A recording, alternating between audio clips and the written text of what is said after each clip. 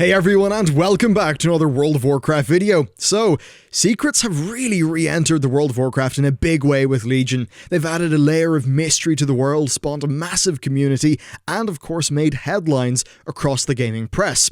Now, for the players of the game, well, they've been a fun and sometimes a little bit frustrating aside that rolls around with most patches. But the idea of secrets are not a Legion-only thing. When the game first came out, the World of Warcraft was undocumented and unexplored. So today we are going to look at how secrets and mysteries have evolved with the game. Vanilla World of Warcraft was a very different game to the one that we play today. It was quite literally trying to be the World of Warcraft, an immersive social experience to enjoy with your friends that was based off an RTS series. A hyper-competitive, min-max, systems-oriented game? It wasn't really that. It also didn't have a big support structure. Nowadays, there is an external website or add-on that covers everything.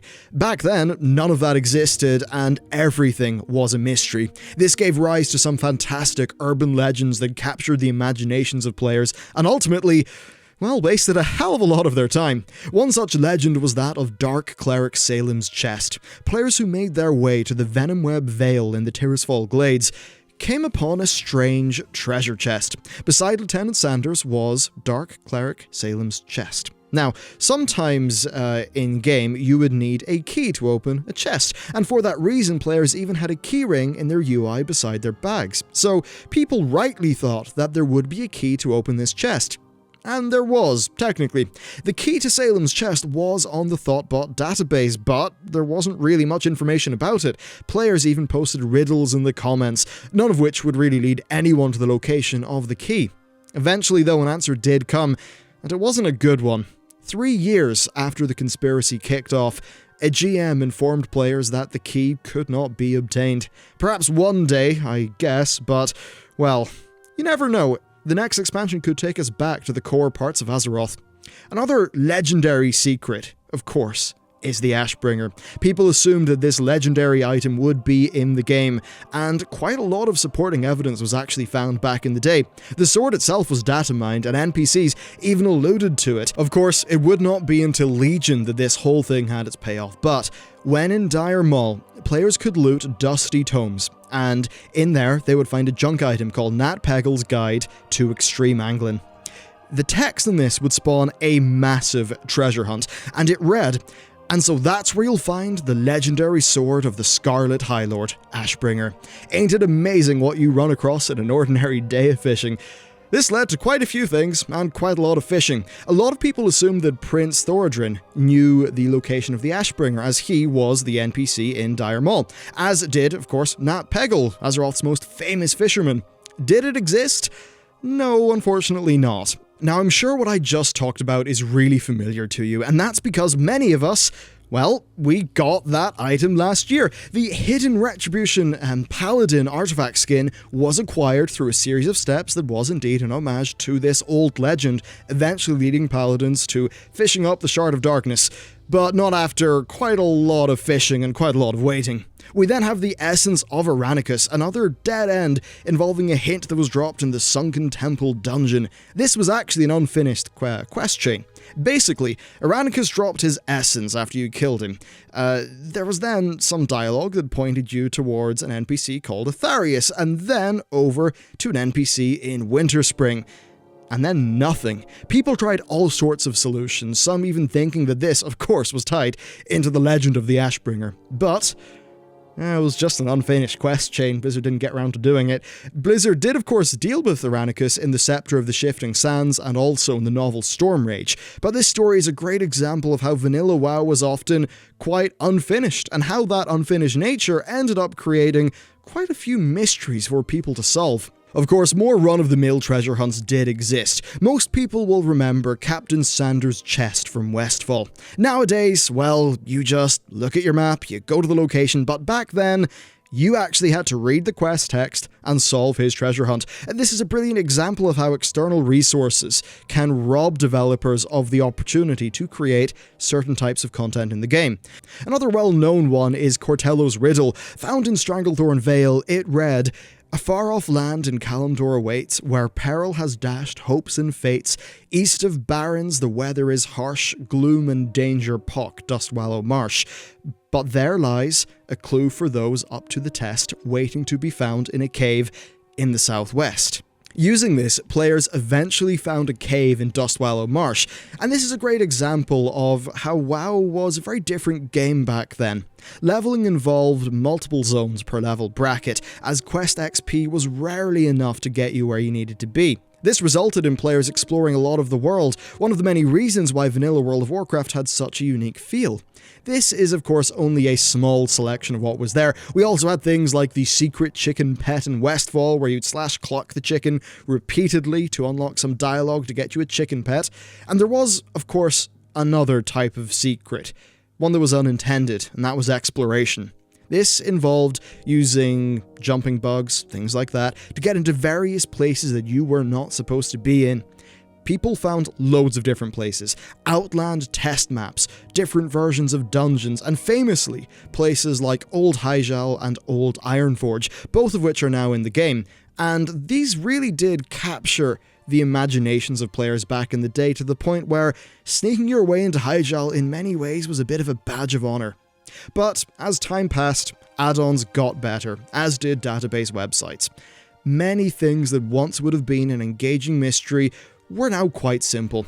Mysteries and urban legends did of course crop up and appear from time to time, but rarely would they capture people's imaginations as they did with the Ashbringer. There are plenty of things though, like rare mobs to kill, and I mean the old style of pre-mop rare, where they really were quite rare. These would involve a hell of a lot of camping. Wrath of course also brought things like the time-lost Proto-Drake.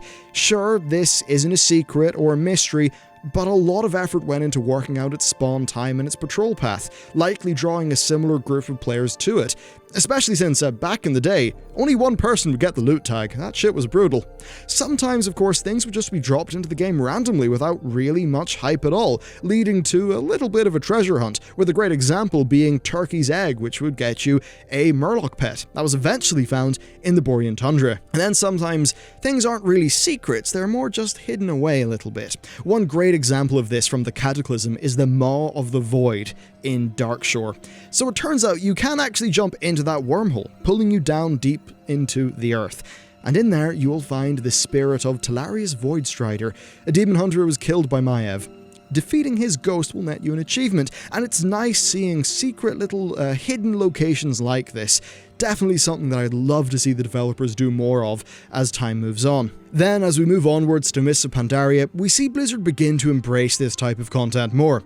Those who explored the map were given treasures to find and rare mobs to kill, and then the Lorewalkers faction appeared. It really seemed to embrace this exploration gameplay, but for many players it did just boil down to following a list of coordinates to get a shiny flying disc mount at the end. But there were some cool hidden items like Lobstmorn, a green sword with some unique art that you would get by killing some of the rare lobsters in the Krasarang wilds, then combining the loot from them and then using that to summon in another rare. And then patch 5.4 rolled around, and it brought with it something very cool indeed. Rollo's Riddle. After opening some piles of dirt on the Timeless Isle beach, you would get an item that spawned a riddle quest. And that read, "On the Isle of Time are tall men four, round and strong and nothing more. Of these brothers the shortest be, where the trail leads to me." Now this would take players to a group of 4 pillars, and indeed, underneath the smallest one, you would find the next clue. "Somewhere hope stands, wings held forth, from its feet turn to the north. Pass beyond an ancient gate, behind a stone pair I await." So there was a gate to the north of the Celestial Court, and over there, you would find a statue containing our next clue. And this takes us to the really cool part of the riddle. "The final step my treasure calls, above the place where water falls, beneath the shade on vantage high, no path to walk but air and sky." And eventually it was worked out that you needed to hitch a ride on an albatross.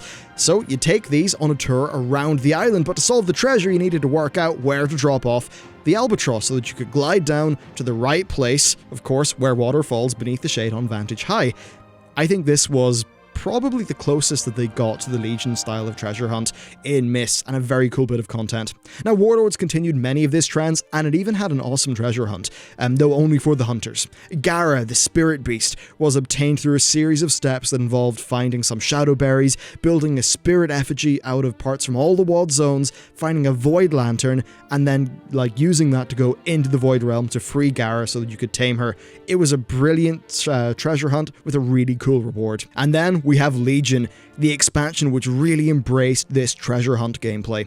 Blizzard are able to better hide things in the game files these days, which allows for some of this content to exist in a sort of a more natural manner. The hidden artifact appearances are probably what most players engaged with, some of them being simple, some of them being boring, but others, like the Paladin one, being quite in-depth. We then have things like Kosumoth, the long-forgotten Hippogriff, and the Riddler's Mindworm. These involve varying degrees of gameplay, with the long-forgotten Hippogriff being, well, pretty damn hardcore. Players would have to click on crystals in Azuna that spawned in at random and had a pretty long spawn time.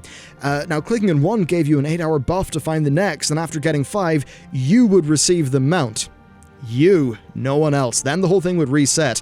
So that was brutal. Then we've got Kosumoth, which is really cool because it did tie in a bit of cooperative nature because it was a boss at the end. Then the Riddler's Mindworm was a cool puzzle, but ultimately it was just a series of clicking items for many players. But I think the best is the Lucid Nightmare of 7.3. Not only did it have great clues to hunt down, but it also involved some great puzzles. From simple mini-games to a drawing game, it actually offered new gameplay. And then there were the Endless Halls, a fantastically devious maze designed to confuse and befuddle. Each maze was random to you, and the only way to solve it was to understand how it worked, make a map, and then follow through on it. Comments in my video point to people spending more than 10 hours in there. A truly unique addition to World of Warcraft that's actually one of my favourite things in Legion, along with stuff like the Deaths of Chromie, a wonderful side activity that, when you do it without a guide, actually engages your problem-solving gears. So, what does the future hold after Legion? Well, with Legion focusing on all these new secrets and especially the treasure hunts, I'm almost sure that this type of content will feature heavily as a side activity in the next expansion. Further to this, I'd love to see some new mini-games and some new puzzles be added as well. After vanilla World of Warcraft, a lot of mystery left the game. The player base got older, we had access to better information, and of course, we had add-ons to help us out along the way. These secrets are a wonderful way to add some of that mystery back into the game world for those who crave it, and I really hope the Blizzard continue to include them in the future. So hats off to the developers for all the work that they've done with secrets and treasure hunts in Legion. Hats off to the World of Warcraft Secrets Discord, who are a brilliant community who have really grown off the back of all of these really cool little puzzles, and I just think the future is pretty damn bright for this stuff. Thank you very much for watching this video. If you would like to support more of the long-form stuff like this, check out the Patreon or just subscribe to the channel, where there's loads of World of Warcraft videos coming out all the time. Thank you very much for watching this video, and I'll see you next time.